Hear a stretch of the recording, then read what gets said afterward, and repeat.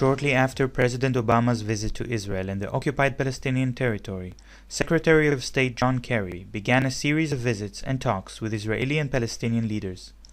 Kerry returned in an effort to speak with both sides and restart the negotiations. The negotiations have been stuck since September 2010. While the Israeli government claims to be eager to continue the negotiations and blames the Palestinian side for refusing to talk, it continues to expand the illegal colonies in the West Bank and to place severe restrictions on Palestinians in the occupied territory. Netanyahu has also added an additional demand that the Palestinians recognize Israel as a Jewish state. As Israel didn't need the recognition of other countries in order to define itself according to its own laws, Netanyahu's demand is perceived as a tactic to further delay negotiations. The State of Palestine, formerly known as the Palestinian Authority, has placed a single condition to resume talks: that Israel will freeze the construction in the illegal colonies. President Mahmoud Abbas has also demanded the release of Palestinian political prisoners held in Israeli jails. But the Palestinian public is wary of broken promises. Even if Israel meets these conditions, what is to guarantee that it will not be yet another delaying tactic? Negotiations have begun in 1992, and the end of the Israeli occupation is still nowhere in sight. Obama gave a rousing speech in Jerusalem, calling on Israelis to respect Palestinian rights. He did not give a similar speech directed at Palestinians. I believe that peace is the only path to true security. You have the opportunity to be the generation that permanently secures the Zionist dream, or you can face a growing challenge to its future. Given the demographics west of the Jordan River, the only way for Israel to endure and thrive as a Jewish and democratic state is through the realization of an independent and viable Palestine. That is true. But despite the powerful speech, why would another initiative to resume negotiations now succeed when countless such initiatives failed in the past? Secretary of State John Kerry seemed certain that this time it would work. The U.S. approved the resumption of aid to the Palestinians, enabling the State of Palestine to pass its budget for 2013 at the very last moment.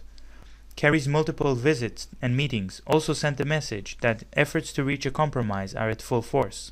Perhaps the U.S. is concerned that the legitimacy of the Palestinian leadership in Ramallah is declining the longer they are unable to make any achievements in ending the occupation.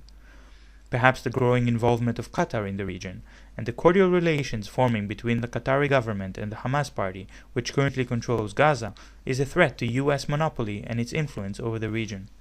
The current strategy of President Abbas and the Fatah party is to appeal to international organizations, the UN, the International Court of Justice, etc., in order to accumulate international legitimacy and expose the illegality of Israel's policies. The Israeli government is very concerned about these moves, because in addition to condemnations by the UN, it could lead to the arrest of Israeli soldiers and former soldiers on suspicions of war crimes when they travel outside of Israel.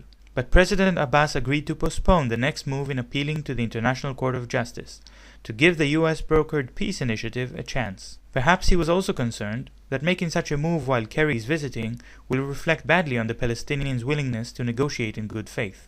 Kerry therefore achieved a small victory for Israel, a further delay in making Israel accountable for its actions in the occupied territory. Kerry has reportedly offered economic benefits to the State of Palestine in exchange for restarting the negotiations.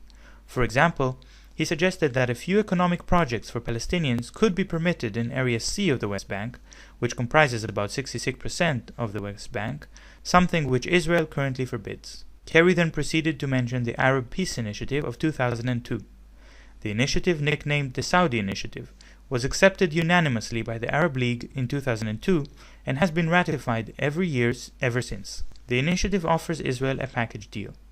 Israel will return to the internationally recognized 67 borders, will reach an agreement with the Palestinians for the resolution of the right of return of Palestinian refugees from 1948, and in exchange, all Arab countries will sign peace treaties with Israel. The initiative is in many ways the embodiment of the most sought-after goal of the Zionist movement. Israel will become secure, recognized, and peaceful. But as Israel's borders have expanded in military occupation, so have its ambitions. The Israeli government refuses to discuss the Arab Peace Initiative. Kerry suggested that the Palestinians change the initiative so it will suit Israel. perhaps by allowing Israel to retain some of the territory it occupied in 1967, or by denying the rights of Palestinian refugees. The fact that Kerry also made efforts to bridge the gaps between Israel and Turkey further demonstrate the point that Kerry's visit to the region has coincided with Israeli interests, not with Palestinian interests. We would like to see this relationship that is important to stability in the Middle East, critical to the peace process itself. We would like to see this relationship get back on track in its full measure. But when Kerry spoke with Israeli officials, they refused to start the negotiations on the issues of borders and security. They demanded that the right of return of Palestinian refugees and the definition of Israel as a Jewish state would be part of the negotiations from the start. Knowing that the Palestinian leadership will never accept Israel's demands, they will thus be able to claim that it was the Palestinians who have caused the negotiations to fail. Rebuffed by the Israeli side, Kerry said that he has homework to do and left. An Israeli official hinted that Kerry's hubris has led him to believe that he could succeed where so many have failed. But Kerry's failure stems from a deeper reason. As long as the power relations between Israel and the Palestinians remain drastically unequal, there is no incentive for the Israeli government to abide by international law and to respect agreements which it had signed. The massive military aid which the US gives to Israel to the tune of $3 billion annually, and over 6 times the aid to Palestinians, contributes to the unequal power relations. Kerry did not hint that Israel's insistence to continue the occupation could lead to a reduction in US support. This is Shir Hever for The Real News.